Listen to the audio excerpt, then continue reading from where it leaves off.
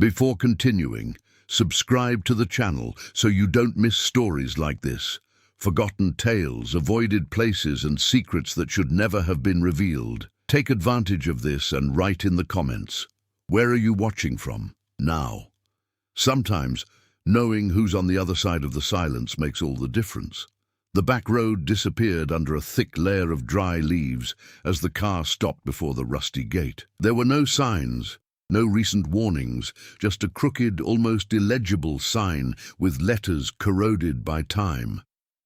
The Hartwell mansion had stood there since the 1940s, motionless, as if forgotten by the very country that prided itself on never looking back. Ethan Caldwell got out of the car without turning off the engine. The uneven sound of the vehicle contrasted with the absolute silence around them. No birds, no insects. Only the wind rustling through the tall trees, making them creak like tired structures. He didn't come out of curiosity, he came because he needed to.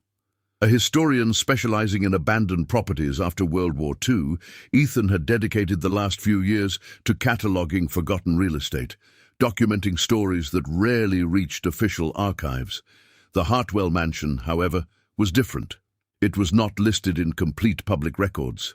There were gaps, erased dates, non-existent owners after 1947. No sale, no expropriation, no demolition, just administrative silence. The antagonism in that story wasn't presented in human form. There wasn't a classic villain waiting behind the door. The conflict was more diffuse, more unsettling. Something had happened there, something that had been deliberately pushed out of the collective memory. Ethan pushed open the gate. The metallic creak echoed too far, as if the sound were absorbed and returned by the property itself. The path to the mansion was lined with broken statues, faceless angels, missing hands, empty eyes. It wasn't Gothic decoration. It was real, progressive, violent abandonment. The house stood out among the trees like an architectural mistake, too big for that rural area of Pennsylvania. Tall windows, almost all broken. Curtains still hung in some rooms, swaying slowly despite the absence of direct wind. The roof had sunk in parts, but the main structure remained solid, uncomfortably sturdy. Ethan wrote everything down. He took photographs. He avoided narrating aloud. Experience had taught him that certain places seemed to react to human sound, even if it was just a psychological impression, or so he preferred to believe. What made Hartwell Manor a sensitive case wasn't just its architecture or its sudden abandonment. It was the accounts, unofficial documents, local newspapers from the 1940s, contradictory testimonies from former residents of the nearest town. They all spoke of the same thing, but never directly. Noises at night, doors locked from the inside, people who entered the property and left changed, when they left at all. The name Hartwell was associated with a respected, influential family involved in financing factories during the war. Exemplary patriots according to official records. Even so, something caused them all to disappear in less than 6 months. No funerals, no death certificates, no news. Ethan entered through the side door, which gave way with excessive ease. The interior exuded an old smell, not exactly of mold, but of something closed off for decades without air circulation. The wooden floor creaked under his feet, betraying each step. He advanced slowly, observing marks on the walls, deep, parallel scratches, as if furniture had been dragged repeatedly, or as if someone had tried to force their way out. In the main room, the wall clock was still there, stopped exactly at 2:17. The rusty hands seemed stuck not by mechanical defect, but by choice, as if that were the last acceptable moment for time to continue. Ethan felt a growing unease, but he didn't back down. His conflict wasn't with fear, but with doubt. Why had no one ever touched that place since the 1940s? There had been no break-ins, no illegal occupations, not even common vandalism. It was as if there was a silent agreement to keep their distance. As he climbed the first step of the central staircase, he heard something that wasn't mentioned in any document. A rhythmic, low sound coming from the upper floor. It didn't sound like wind. It didn't sound like an animal. It was too rhythmic to be random. Ethan stopped. There was no one there. He was sure of it. Still, the sound continued, like slow footsteps crossing an invisible corridor. He jotted down only one sentence in his notebook, his hand firmer than he felt. This house wasn't just abandoned, it was avoided. Ethan's first night inside the Hartwell mansion began without him realizing it. The sky slowly darkened through the tall windows, and the interior of the house seemed to adjust to the absence of light, as if it were something natural, rehearsed for decades. He set up his equipment in the old library, one of the few rooms still relatively intact. Tall bookshelves lined the walls, many empty, others with books warped by dampness, but carefully arranged, as if someone had tried to maintain order until the very last moment. The world around the mansion wasn't isolated by chance. The small town of Briar Hollow, just over 15 kilometers away, had grown up avoiding that area. There were no direct roads. Local commerce had prospered in another direction. In municipal records, the mansion's area was treated as a neutral zone, without historical value, without economic interest. A convenient void. Ethan had spent the previous day talking to long-time residents. Few agreed to speak. Those who did never used the name Hartwell naturally. They referred to them as the family, the owners, them. A woman of almost 90, Margaret Henson, was the only one to mention anything concrete. Her father had worked as a gardener on the property in 1946 and never returned home after a rainy night. His body was never found. The family received enough money not to question it. These secondary characters did not emerge as heroic witnesses, but as pieces of a collective silence. Each resident carried the same defensive posture, neither denying but also not confirming. The antagonism of the story deepened there, not in a visible entity, but in the sum of human decisions made to preserve something that should not be remembered. Inside the mansion, Ethan noticed details that reinforced this idea. The furniture wasn't broken like in typical break-ins. It was covered with thick, yellowed sheets, still tied with ropes in some places. In a side corridor, he found doors locked from the outside, old robust locks installed after the original construction, as he deduced from the marks on the wood. The upper floor revealed rooms that seemed frozen in time. Beds made, suitcases packed, clothes still in the closets. There were no signs of a hasty escape. There were signs of interruption. Ethan began to identify the Hartwell family nucleus. Thomas Hartwell, an industrialist involved in the production of metal parts during the war, his wife Eleanor, and 2 teenage children. Framed photographs still adorned the wall of the main hallway. What was striking was not the absence of later images, but the fact that the faces were intact.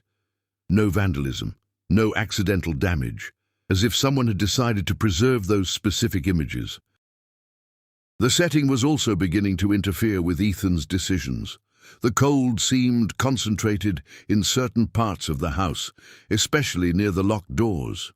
The air there was denser, making breathing difficult for extended periods. Still, he insisted on moving forward, justifying each sensation as a psychological effect of the isolation and the stories he had heard. Among the secondary characters, one name appeared more frequently in the old documents: Samuel Price, the town sheriff in the 1940s. Unlike the others, Samuel left incomplete records, pages torn from official reports. A respected man, re-elected 3 times, who suddenly stepped down in 1948 and was never mentioned again. Ethan noted the name several times, feeling that this character was not just a witness, but an active agent in concealing the facts. Post-war American local culture permeated everything: the fear of scandal, the need to preserve an image of prosperity, the collective effort to move on. The Hartwell mansion had become an acceptable price to pay to maintain the town's normalcy, a silent sacrifice. That night, while reviewing his notes, Ethan heard the sound from upstairs again. This time, closer. It wasn't running or shuffling footsteps. It was slow, calculated, like someone mentally counting each movement. He didn't go up. Not out of explicit fear, but because something in the atmosphere seemed to demand waiting. The world of the story was established. An avoided house, an accomplice city, characters shaped by silence, and a protagonist who, even without realizing it, was no longer just documenting the past. He was interfering with it. The following morning, Ethan woke with the unsettling feeling of not being alone. There was no noise to awaken him, nor a dream to warrant an immediate alert. Only the silent certainty that something had changed since the previous night. His wristwatch read 2:17 a.m. He checked his cell phone. No signal. The charger, plugged in since the previous night, hadn't increased the battery by a single percentage point. No visible faults in the cables, just the absence of response, as if the mansion rejected any attempt to communicate with the outside world. The conflict ceased to be merely investigative the moment Ethan tried to leave. The side door, through which he had entered, did not budge. He pushed with moderate force, then with his body weight. Nothing. The old locks remained firmly in place, now on the inside. There was no sign that anyone had moved them, and this made the situation more unsettling than if there had been clear evidence of intervention. He searched the house, trying other exits. All were locked. Windows jammed shut by layers of paint and swollen wood.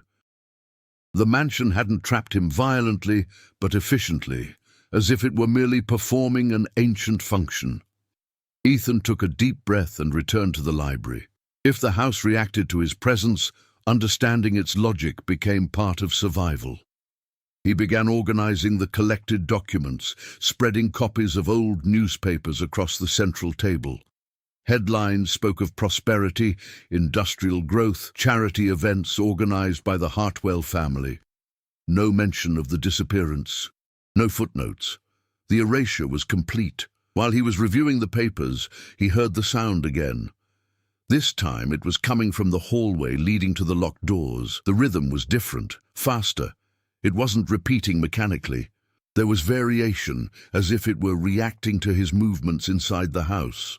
The first direct confrontation occurred when Ethan decided to force one of the exterior doors with a metal bar found in the basement. Applying pressure, he felt something give way, not the lock, but the very air around him. A dry crack echoed through the house, followed by absolute silence. Then, the sound, footsteps above him, now unmistakable. The conflict escalated, taking on a physical dimension. It wasn't just the house resisting, something within it seemed attentive to attempts at disruption. Ethan climbed the stairs cautiously, the bar still in his hand. The second-floor hallway seemed narrower than the day before. The walls bore new marks, not recent enough to be damp, but too deep to be old. He noticed that some doors, previously open, were now closed.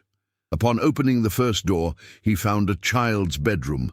Toys were lined up on a shelf, all facing the door. None had been moved by the wind or the passage of time. The arrangement was deliberate. The psychological conflict intensified. The mansion was not only reacting, it was communicating. Secondary characters returned to Ethan's mind. Samuel Price, Margaret Henson, the torn-out pages. This was no ordinary case of abandonment, it was restraint. The second obstacle arose when Ethan tried to access the main basement. The staircase had vanished. The space where it had once stood was now just a continuous floor, with no signs of recent removal. The house altered its own geography, eliminating routes as needed. Ethan began to understand that remaining passive wouldn't keep him safe. Every decision needed to be calculated, every move observed. The conflict was now direct. Advancing meant provoking, retreating meant accepting silent imprisonment. The climax of this development occurred at nightfall. The lights from the portable generator finally failed. The mansion plunged into darkness, broken only by the faint moonlight filtering through the tall windows. It was then that Ethan heard something new, a voice. He didn't call his name, he didn't shout. He murmured numbers, short sequences repeated with variations. Ethan recognized the pattern after a few minutes. Dates, years, all before 1948. The conflict had reached a new level. The past, previously only documented, now demanded answers. Hartwell Manor was no longer a passive setting for an old tragedy. It was an active mechanism fueled by something that had never been resolved. And Ethan, in trying to expose what had been hidden, had become part of that system. As the hours passed, Ethan realized that the Hartwell mansion wasn't reacting randomly. There was a fragmented logic guiding every alteration of the space, every displaced sound, every door that appeared or disappeared. It was within this broken pattern that the subplots began to unfold, intertwining with the main conflict without ever straying from it. The first subplot emerged from documents hidden behind a false panel in the library. The compartment wasn't skillfully camouflaged. It seemed to have been hastily closed. Inside, Ethan found accounting notebooks, folded letters, and medical reports. The records didn't directly mention violence, but rather domestic incidents, emergency treatments, and preventive isolation. Dates were repeated, always close to the same time, 2:17 a.m. This subplot revealed Eleanor Hartwell not as a passive secondary figure, but as someone actively involved in maintaining the secret. In letters addressed to a doctor in another city, she described sudden changes in her children's behavior, nocturnal episodes, and an obsessive insistence that certain doors never be opened after sunset. There were no explicit pleas for help. There were requests for restraint. The second subplot emerged through the name Samuel Price. Ethan found an old, still functional tape recorder hidden in a drawer in the old makeshift sheriff's office inside the mansion.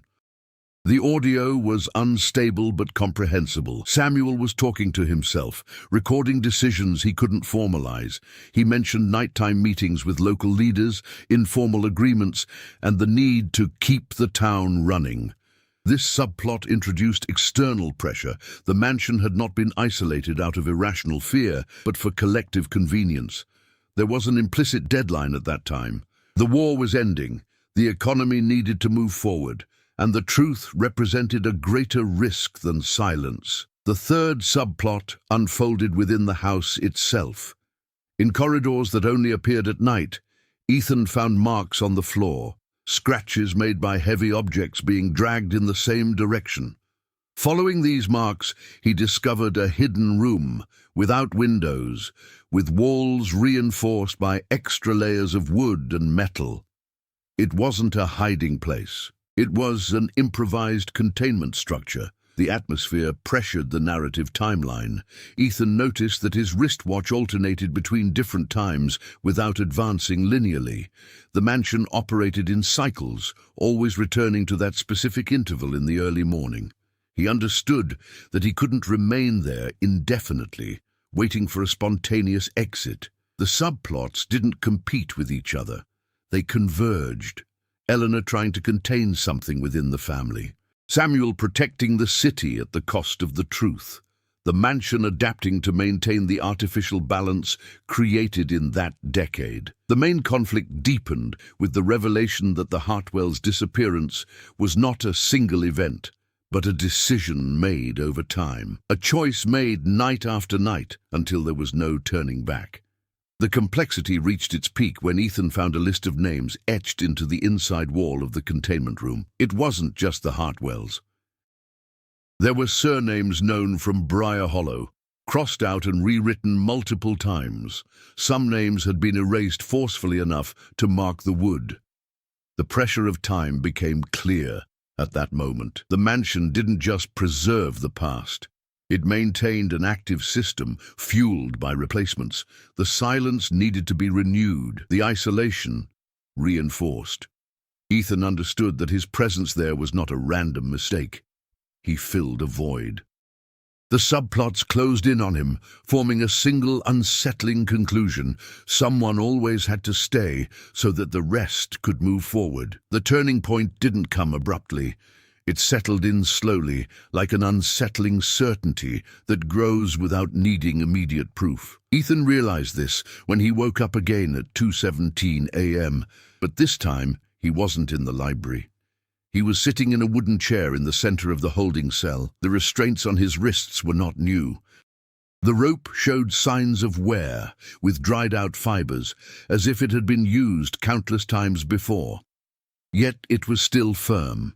The room had no windows, only a single reinforced door in front of it. The air was heavy, laden with an almost imperceptible metallic odor. The event that changed everything was not the imprisonment itself, but the immediate realization that he did not remember being taken there.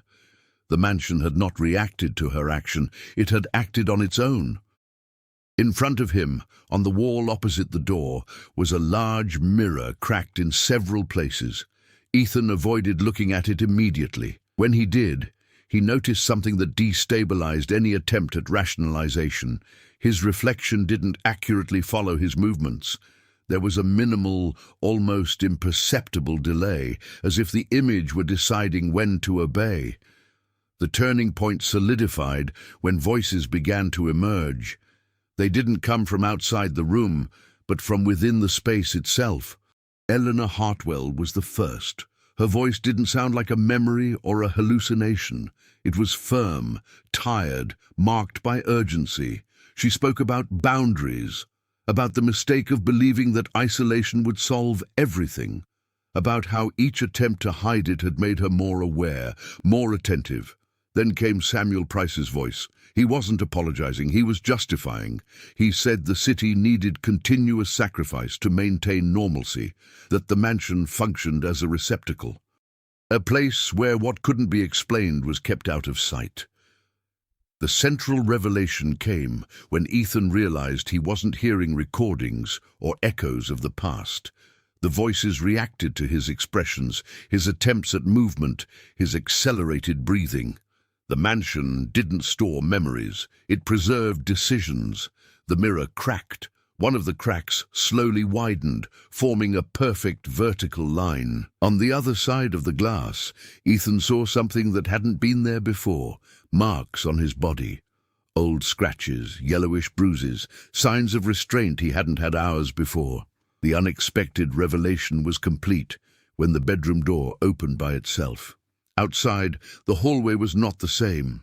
The walls displayed names he had seen crossed out on the list. Some were now complete. Others had been replaced. At the end of the hallway, the mansion clock showed 2:17, but its hands were moving slowly forward for the first time.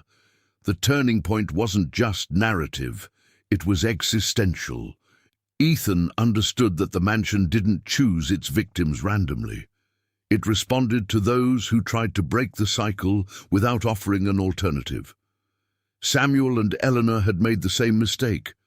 They believed that eternal isolation would be enough. The final revelation of that moment was brutal in its simplicity.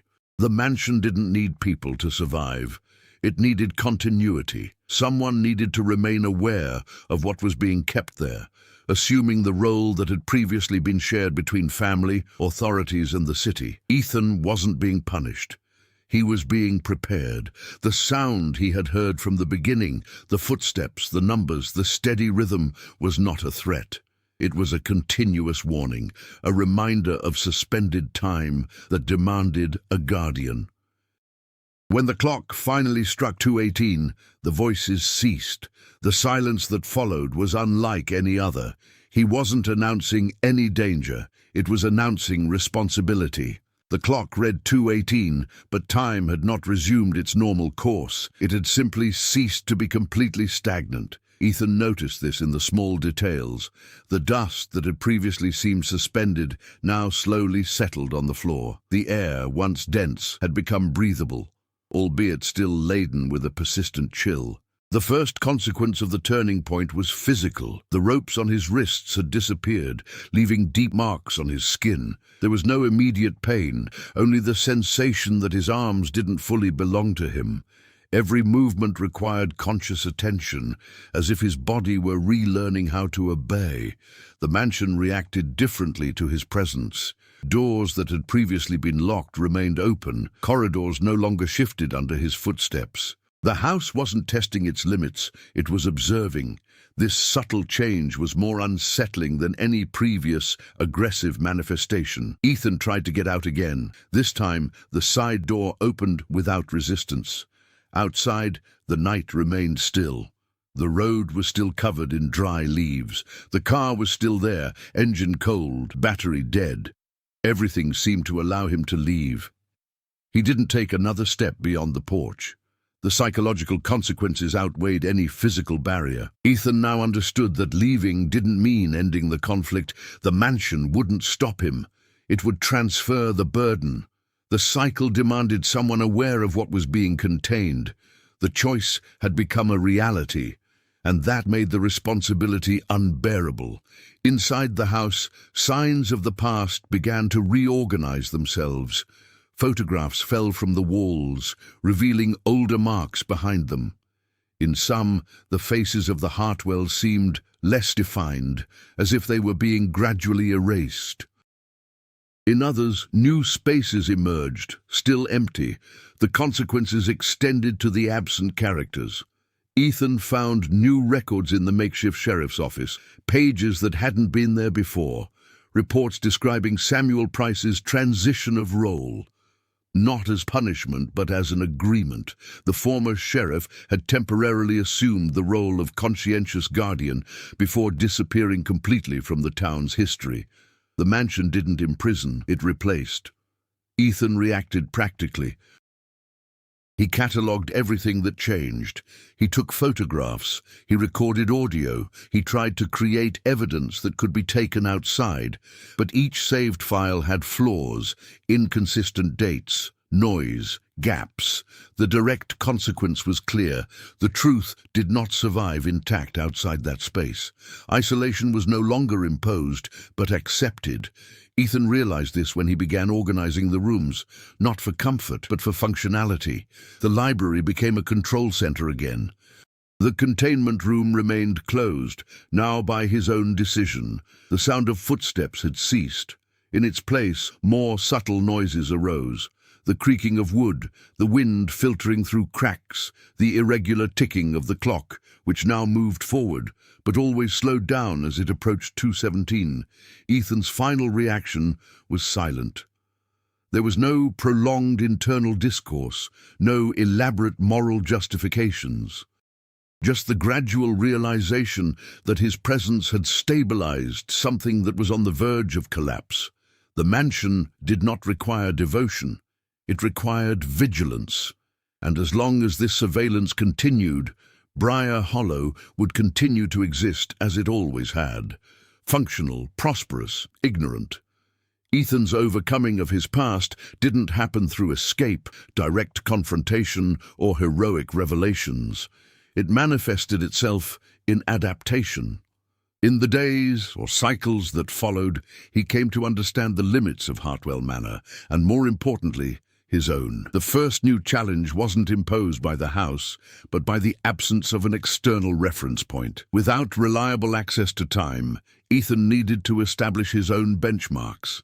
He created simple routines, checking the main clock, walking the permitted corridors, reviewing records that remained stable. Each consciously repeated action served as an anchor against disorientation. The mansion reacted to these changes with neutrality. It neither made things easier nor more difficult. This strange balance indicated that Ethan had ceased to be a disruptive element and had become integrated into the system. His personal growth became visible when he decided to reopen the containment room, not to investigate, but to redefine its function.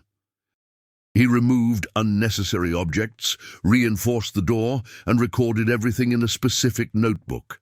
The space ceased to be an instrument of fear and became a point of conscious control. Ethan began to notice patterns that had previously gone unnoticed. The mansion wasn't activated only at fixed times, but in response to intense emotional states. When he showed hesitation, the corridors narrowed. When he maintained focus, the space remained stable. The house didn't test physical strength, but consistency. This understanding marked a crucial breakthrough. He didn't need to dominate the mansion, only maintain clarity. The challenge wasn't in resisting, but in sustaining vigilance without allowing silence to become negligence. New challenges arose when voices returned, weaker, less frequent. They didn't demand a response, only presence. Ethan learned not to react immediately. He registered, he observed, allowing the echoes to dissipate without reinforcing them. It was an active learning process, built through trial and error.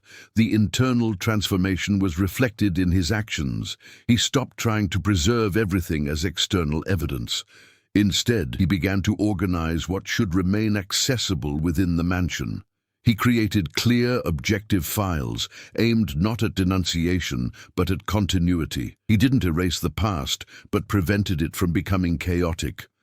The biggest test came when the mansion offered a real way out. On a quiet morning, the car started. The cell phone had a signal for a few minutes. The road looked different, less covered in leaves. There were no visible obstacles. Ethan didn't move. This decision wasn't immediate or dramatic, it was practical. He understood now that abandoning the role wouldn't end the cycle, it would only make him unstable again. The key was to fully embrace the role without romanticizing it. The protagonist's ultimate growth solidified when he accepted that he wasn't unique. Others had occupied that position before. Others would occupy it later. The difference lay in how each one dealt with suspended time. Ethan chose to maintain full consciousness, record accurately, and avoid decisions made out of fear. The mansion responded with stability. The sounds faded. The names on the walls stopped changing. The clock occasionally advanced past 2:18, signaling that the system was no longer in immediate danger. Ethan saw himself neither as a victim nor as a hero. He saw himself as a functional element within a structure that existed long before him. This clarity was his path to growth. Overcoming challenges did not mean liberation. It meant remaining constant without losing oneself. The stability Ethan had achieved didn't last indefinitely. It never did.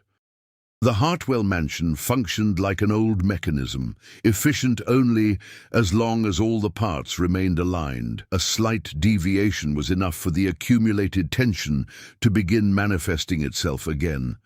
The first sign was subtle. A new name appeared on the wall of the main hallway. It wasn't crossed out nor incomplete. It was whole, engraved with excessive precision. Ethan didn't recognize it immediately, but its shape unsettled him. It didn't belong to the mansion's past. It belonged to the present. The preparation for the climax began with the realization that the cycle didn't depend solely on the Guardian. The city of Briar Hollow was interfering again, albeit unconsciously. Urban sprawl was encroaching on the isolated area. Machines had been seen in the vicinity. The collective silence was beginning to break. The pressure mounted as the mansion reacted to this external threat. Corridors stretched, doors slammed shut without warning. The clock oscillated between 2:17 and 2:18, with increasing frequency, unable to advance steadily. The system went into alert mode. Ethan understood that simply watching was no longer enough. He needed to act to prevent the collapse from manifesting chaotically. He began reviewing old records in search of recurring flaws in previous cycles. He found vague references to a release event, something that had never been fully realized, only postponed. The subplots were coming together. Eleanor had tried to isolate herself indefinitely. Samuel had tried to share the responsibility with the city. Both failed by avoiding a definitive decision. The preparation for the climax required confronting what had always been contained, but never understood. The mansion intensified its signals. Voices returned in a low chorus. They neither accused nor instructed. They simply repeated the same numerical pattern that Ethan now recognized as an incomplete countdown. Something needed to be completed. Narrative time accelerated. The clock advanced whole seconds before going back. Objects changed places without him noticing the exact moment. The house was no longer observing. It was pressing. Ethan made his preparatory choice. He decided to open the oldest space in the mansion, an area mentioned only once in Eleanor's notebooks, described as the core. It wasn't on any blueprints, it didn't appear in the city records. It existed only in the internal logic of the house. The opening of this space was not violent. It required precision. The removal of specific panels, the alignment of marks on the floor, waiting for the exact time when the clock hesitated between advancing or retreating. When the access finally became apparent, Ethan felt the weight of what he was about to do. The preparation didn't involve weapons, rituals, or immediate sacrifices. It involved taking the risk of breaking the pattern that kept everything functioning. The climax was approaching not as an explosion, but as an irreversible decision. The mansion could not continue to exist in the same way after this. Either the cycle would end completely, or it would require something greater than a single conscious guardian. The clock stopped again at 2:17. This time, it didn't seem like a warning. It seemed like one last postponement. The clock in the Hartwell mansion remained motionless at 2:17 for long enough for the silence to become unbearable. There were no more scattered noises, no distant footsteps, no whispered voices.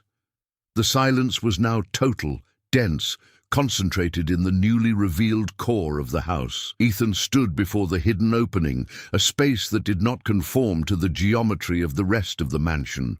The walls seemed to lean slightly inward, as if the environment were in constant containment. There were no symbols, no ritualistic inscriptions, only deep overlapping marks, as if different attempts at closure had occurred over decades. Upon crossing the boundary, the mansion reacted all at once. The clock moved forward. 2:18, 2:19, 2:20. The sound was immediate, not explosive, but expansive, like pressure being released after being compressed for a long time. The voices returned, not in whispers, but in chaotic overlap. Ethan recognized fragments of Eleanor, of Samuel, of names that never appeared in official records. None asked for help, none pleaded. All stated the same thing with minimal variations. Isolation failed. The climax wasn't built through physical action, but through a direct confrontation with the mansion's function. Ethan understood at that moment that the core didn't contain anything specific. It regulated a boundary, a limit between what the city had refused to integrate and what had been pushed outside of normality. The walls of the core began to move slowly, revealing older layers of the structure. Each layer corresponded to a previous cycle. Each cycle ended by replacement, never by resolution. The turning point came when Ethan realized that the Guardian's role wasn't to prevent the escape of what had been contained. It was to prevent the city from continuing to ignore its existence. The system no longer needed a watchman. It needed a controlled rupture. The mansion began to lose its cohesion. Doors slammed shut on their own. Hallways became misaligned. The clock sped up erratically. There was no going back to the previous state. Ethan made the final decision at the climax without excessive dramatization. He activated the mechanism that Samuel and Eleanor never dared to complete. He opened all the internal access points of the house at the same time. Not to liberate something, but to eliminate the artificial separation that sustained the cycle. The effect was immediate. The voices stopped abruptly. The names on the walls began to disappear, not being scratched off, but absorbed by the wood itself. Photographs shattered and fell to the floor. The mansion no longer functioned with precision. It was losing its purpose. The protagonist's transformation manifested itself there. Ethan didn't try to contain the collapse, nor did he run away. He remained at the core while the structure readjusted, accepting that his role had changed again, no longer as a guardian, but as a point of closure. The clock stopped one last time. 2:17, and then he moved forward. 2018, 2019, 2020, 2021. Time resumed its course. The mansion didn't crumble. It aged all at once. The walls lost their rigidity. The air became ordinary. The final silence wasn't oppressive, but empty. The climax ended without explosions, without monsters revealed, without explicit violence. The horror lay in the belated realization that fear had been managed for decades instead of confronted. Ethan left the core knowing that nothing there could be restored to its previous state. The cycle had been broken, but the cost was still not entirely clear. Dawn arrived at Hartwell Manor without ceremony. Light streamed through the broken windows, revealing a space that no longer lived up to its former grandeur. The house remained standing, but without the rigidity that had kept it isolated for decades. It finally seemed like an abandoned place. No longer an active mechanism, Ethan walked through the corridors with renewed attention. Nothing moved. No door closed on its own. The clock on the wall read 6:42 and ticked continuously. Time had returned, and with it came a strange normality. The ultimate consequences became clear outside the mansion. Briar Hollow awoke to small, invisible ruptures. Municipal archives began to present forgotten documents. Local newspapers received anonymous letters describing past events with unsettling precision. Families found records of relatives they never knew existed. There was no collective panic, just a diffuse unease, difficult to ignore. The city did not collapse. She adjusted. Ethan understood that the end of the cycle had not released something hidden, but had returned to reality that which had been artificially excluded. The silence that sustained Briar Hollow had been replaced by fragmented memory, imperfect but real. Inside the mansion, the names had completely disappeared. The walls were clean, marked only by the common wear and tear of time. The rooms no longer showed any signs of restraint. They were just empty spaces, ready to crumble or be forgotten forever. Ethan stayed for another day, organizing what remained, not to preserve the site, but to properly close it off. He photographed structures, catalogued damage, and recorded the final state of the house. For the first time since arriving, his records remained intact outside of the site. Upon leaving the property, there was no resistance. The gate opened easily. The road seemed ordinary. The world continued on indifferently. Ethan's journey was completed without glorification. He did not emerge transformed by heroic courage, but by understanding. He understood that certain horrors persist not by their own strength, but because they are systematically ignored. Hartwell Manor no longer required surveillance. It required conscious forgetting. Ethan left knowing that closure wasn't absolute. The past, once reintegrated, would continue to generate discomfort, but it would no longer demand silent sacrifices. The cycle had ended. The cost was paid late. Months later, the Hartwell mansion was officially condemned and sealed off due to structural risks. No restoration attempts were made. For most, it became just another old building destined for administrative oblivion. Ethan never returned to Briar Hollow. In archives scattered across universities and independent libraries, cross-references emerged to events that never appeared in the city's official records. They didn't constitute a direct accusation, just a pattern that was difficult to ignore. At night, on rare occasions, the mansion's clock is still remembered by long-time residents, not because it stopped, but because it started ticking again. Stories like that of Hartwell Manor aren't just there to scare you. They reveal what happens when fear is silently managed and turned into routine. How many times are places, people, or events ignored so that everything keeps functioning? If this story resonated with you, share your thoughts. Do you believe certain secrets should remain buried, or that all silence exacts a price over time? Comment on what struck you most, where you're following this story from, and how you interpret the ending. Your reading also contributes to what remains.